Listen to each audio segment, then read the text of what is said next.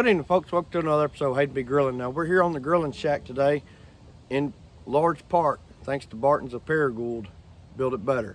But we're here today. We're going to be using the Weber kettle grilling up a T-bone. I've never grilled a T-bone.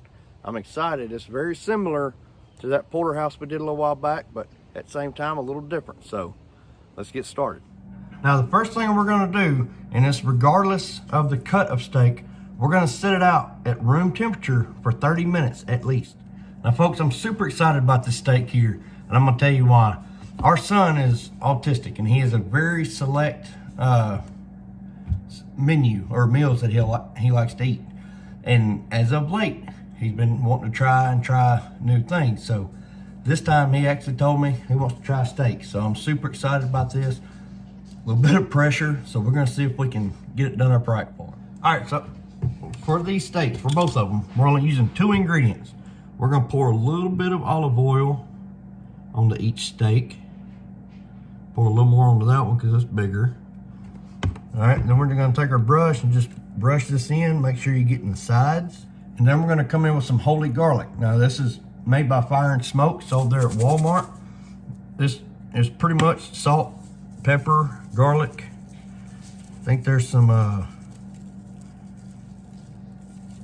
oregano in it as well, but we're going to season this side of our steak.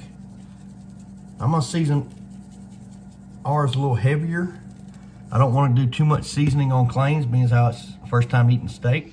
Alrighty, so we filled our stack up with our Kingsford Original briquettes. So, and I've put a couple of the tumbleweeds down here. We're going to light them. Set that down, and now we're just gonna let our charcoal heat up. Now folks, this is my favorite time of the year. It started cooling off, but it's not gotten cold. Hoodie weather, perfect in my opinion. Perfect grilling weather. So I'm curious, what is y'all's favorite time of the year? Let me know. All right, folks, so our charcoal is ready. I've dumped it into the grill, and I've piled them all up on this one side here. I'm gonna take our 2 steaks here.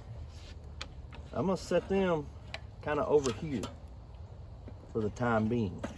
And what I want to do is I want to get them almost to the temperature that I'm looking for. Whoop. On this indirect side over here. We're gonna let the heat from the grill cook them, but not over direct heat. We're gonna let them cook on that side until they hit about 70 degrees internal temperature. And then we'll flip them over and bring them up to 120.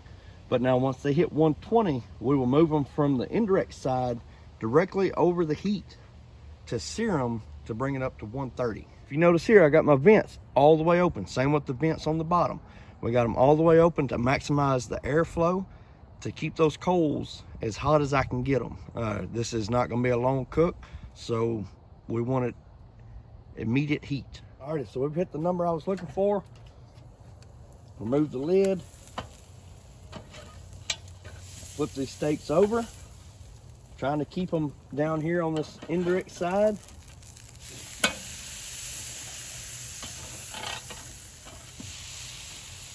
Then we're going to close it back, and we're going to bring them up to 120 degrees internal temperature. So this is where it's going to get a little bit tricky. I got 2 different steaks, but this one here has hit 120 degrees. So I'm going to move this right over here to the direct heat side. Okay, and I'm going to put the lid back on it.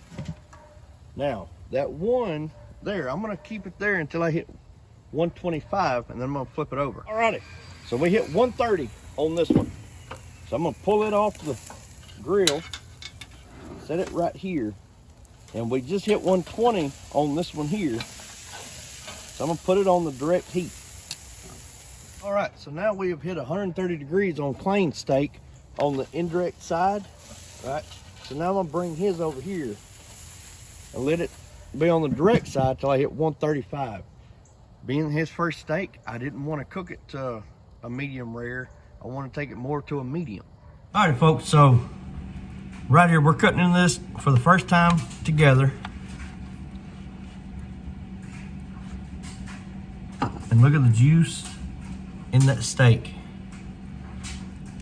Just for my preference, just a smidge overdone, but very, juicy steak. All right, here we go with that all-important taste test of this T-bone. Oh, that holy garlic. I mean, seriously, all I put on these steaks was a little bit of olive oil and brush it in, and then the holy garlic and holy cannoli. Folks, very good steak. So I can't tell you the feeling I get when I take that bite of a perfectly seasoned cooked steak. So y'all please let me know what you think of the video. Y'all please try a T-bone. Y'all please like, subscribe, and we'll see y'all later.